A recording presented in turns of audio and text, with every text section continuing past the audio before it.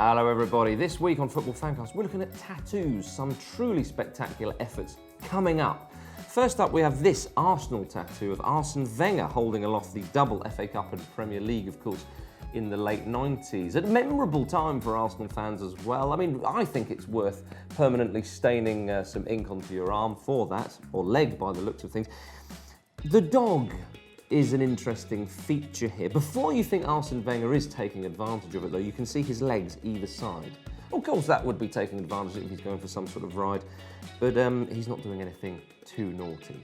It does look like it. This Everton fan was a little bit unlucky with his tattoo, or was he? Is he a fan of Everton and he goes out with a girl called Eve? He's then combined the two to create a kind of makeshift portmanteau, I suppose, and he's got Everton on the base of his back. I mean, that is one hell of a tramp stamp.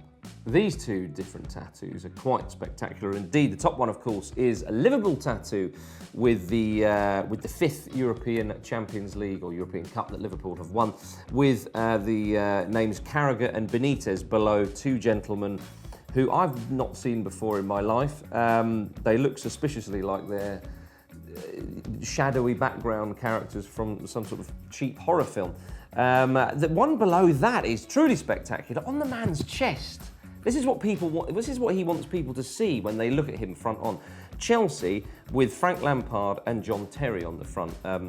Frank Lampard's expression is probably the expression that Frank Lampard would have had if he saw the tattoo being done. This next one is truly inexplicable. I've no idea who it is, what it's meant to be, what it's trying to achieve. I like how it just says C by the side there. Further down the page, you've got that one of Totti taking a selfie, doing a selfie, which is just piss poor. If you're going to get a tattoo of Totti, you've got a lot of material there. At least get one where he had a bit more of the flowing locks and whatnot. But as a rule, I think if you're going to get a tattoo, make sure that you don't get a mobile phone in there.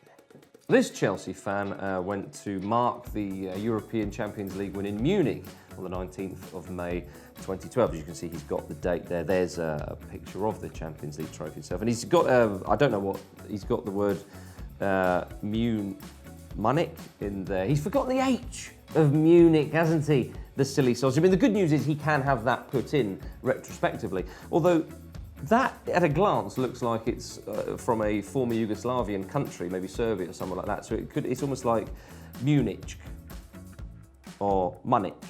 Munich? Munich. We'll go with Munich, yeah. The European Cup there, won in Munich. This hopeful Manchester City fan had Manchester City Champions League winners 2011 on his arm, the silly sod. Why would you do that? Is that some kind of prediction where a minute before the final whistle, in Manchester City is 3-0 up in the Champions League final of that year, and he goes, "Oi boys, get a load of this." Another Manchester City fan who was a little bit more hopeful than what his grey cell should have allowed him to be.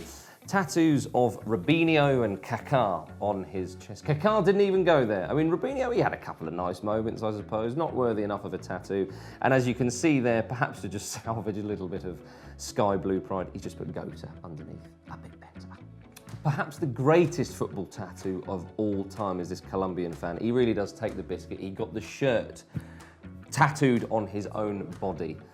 And the number 2 on the back as well, I quite like that. He could have maybe gone for his own name, that would have been a little bit hopeful. I'd love it though if he was a young fan, about 15 years old, and he ended up playing for the team. It would be brilliant. Although he'd be pretty useless though if playing in PE, someone went, "All right, you've got to go skin down."